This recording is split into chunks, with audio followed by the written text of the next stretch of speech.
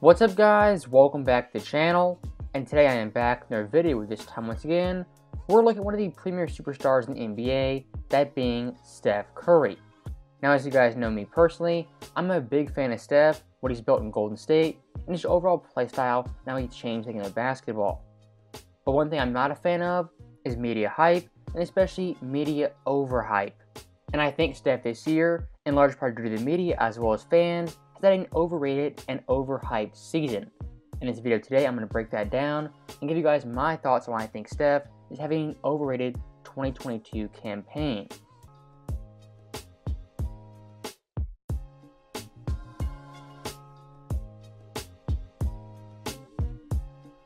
Now, the first thing I want to do in this video is establish what it means to be overrated or overhyped.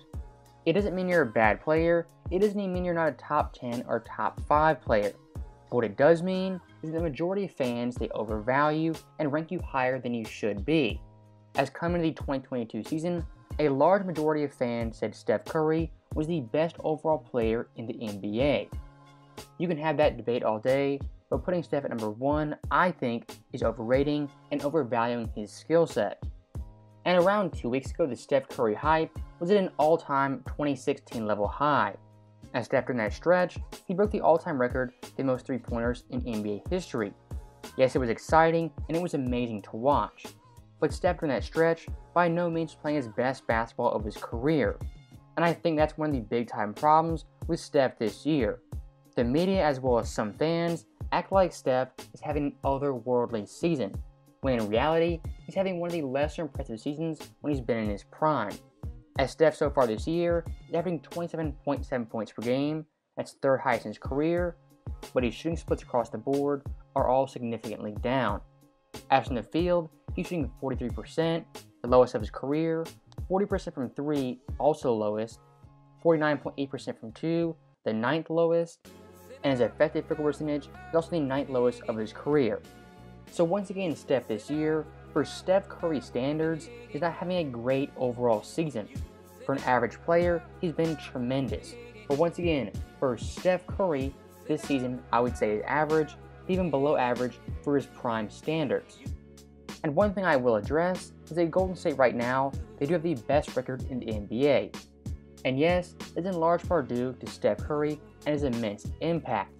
But what many fans and pundits will ignore is how good the Warriors are defensively, which is not in large part due to one Steph Curry.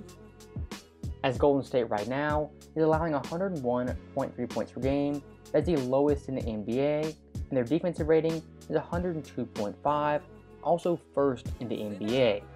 That's in large part to Draymond Green, Andrew Wiggins, as well as Gary Payton II. Once again, Steph defensively, he's better than he has been, but he's still not elite or even above average defender. And we're looking at someone who I think is the best player in the world, like Giannis Antetokounmpo. On the defensive end, he is elite. And on offense, you could argue he's not as good as Steph, but on the defensive end, it's simply a no contest.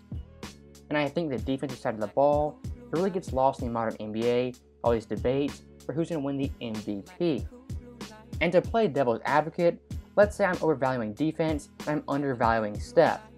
Once again, let's look at his offensive shooting splits this year. Up to this point, he's had 15 games shooting below 40%. That right now, halfway through the season, ties Steph's total from last year. Up to this point, he has 22 games shooting below 40% from 3, once again, almost as many as he had in the entire season last year. And for Steph Curry standards, his average game score has been lower than it has in past years, as he has 24 games with a game score below 25. And the one thing you have to note, Steph this year, his scoring, his rebounding, every shooting split is all down compared to his season last year in 2021. I think Steph that year was a much better individual player than he's been this season. And like I said before, the media hype train this year for Steph has really been off the charts. As someone like Kevin Durant, one of the premier NBA superstars, is getting way less coverage compared to someone like Steph Curry.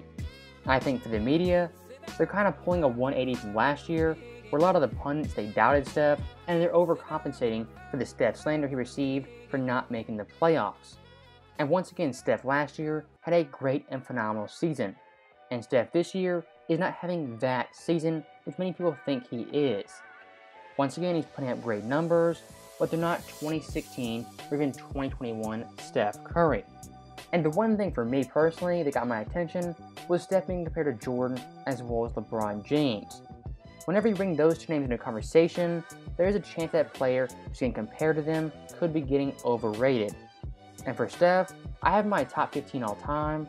Once again, comparing with Jordan and LeBron, that's the top tier 0.001% NBA players.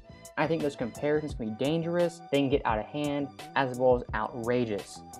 Now, kind of circling back to one of my prior points, with Steph Curry this year, he is not carrying the Golden State team like he did last year. On this roster is Andrew Wiggins, averaging 19 points per game on 43% from 3. He has Jordan Poole, averaging 18 points per game, and he has Draymond, the defensive leader, the heart and soul, while having stellar defensive stats, being top 2 in defensive win shares, defensive rating, as well as defensive box plus minus. And looking at the bench, you also have Damian Lee, Otto Porter, Gary Payton, Baljitsa, Kevon Looney. I mean, this team is deep. They have good veteran players, and by no means is Steph Curry carrying this team like he did last year. Now for my final point in this video, I'll end on a positive note, as I think Steph Curry this year, he's still been a top 5 player, and you could argue top 3. But once again, calling him the best player in the world, better than Giannis or KD, I think personally he's overrating as well as overvaluing him. And once again, looking at the media in particular, as well as some NBA fans, that's the primary reason I'm making this video. As Steph Curry, he has zero effect on what fans or media people say about him, and he has zero control if he's overrated or even underrated. That's not Steph's fault, that's not his problem. This video in particular is a referendum on the media as well as fans, and how we overhype and overrate players depending on the year. So once again, in summary, I think Steph, he's having an above average Steph season, nothing spectacular, and I think the media to a large degree has overrated his 2022 campaign. I still have him top 5, and I think he's top 3 in MVP voting. But with that being said, Steph Curry once again is having an overhyped and overrated season. As always, let me know your guys' thoughts below. Do you think Steph's been overrated? What do you think of the media? And what do you think of NBA fans overvaluing Steph's skill set? As always, thank you guys for watching. I hope you enjoyed it. I'll see you guys next time.